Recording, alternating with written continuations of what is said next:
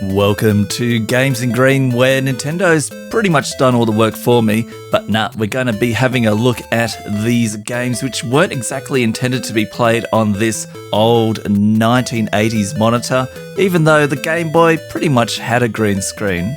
And I had to try a few different modes to get the optimal viewing pleasure, with the worst option being Game Boy Color, as some of the lighter colors just didn't seem to come through the green screen. I reckon Game Boy Pocket was probably the best looking one as far as brightness and contrast was concerned.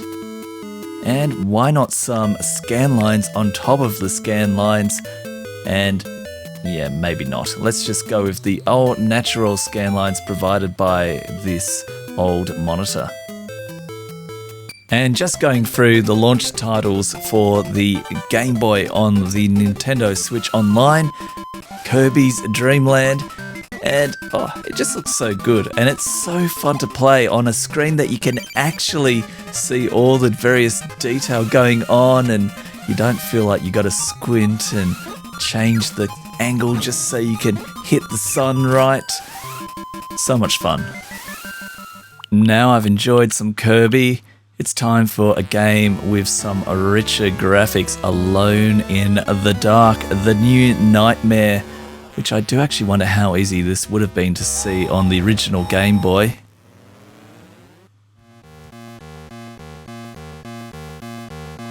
It's one of those games where the green palette just really suits the game, and because it is on a nice bright monitor, you're not fumbling around in the dark.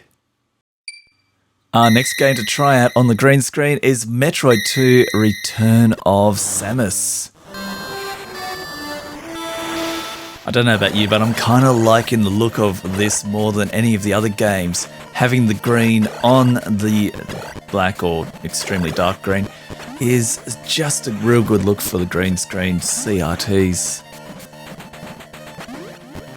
Let's zoom out a little from the 9-inch CRT and play a bit of Game & Watch Gallery.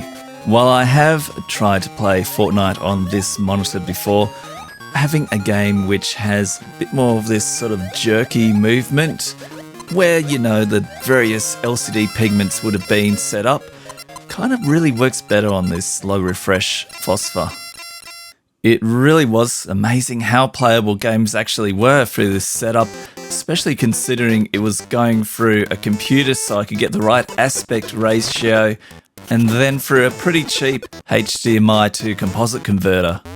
And as an aside, I really like how Wario looks when he's swimming, I guess. And of course, you got to play a bit of Super Mario Land too.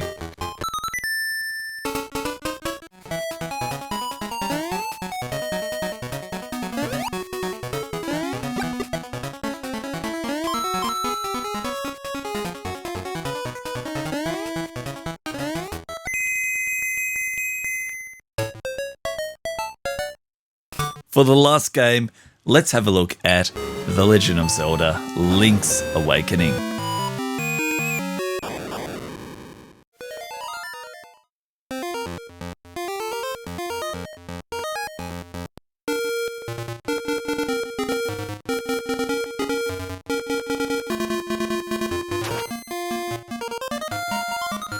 I'm really getting some serious Pokemon vibes, and is that Mario?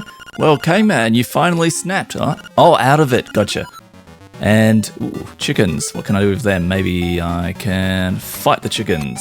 Ooh, turning around, yep, let's get it, yeah. Oh, okay, now we'll go navigate past all these fellas.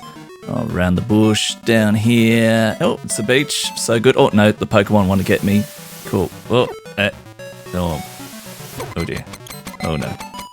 And probably the most shortest ever Zelda playthrough on the internet. And that was Games in Green. We do love to cover a variety of modern and retro gaming related stuff up here on the channel. So great having you hanging out. And most of all, thanks for watching.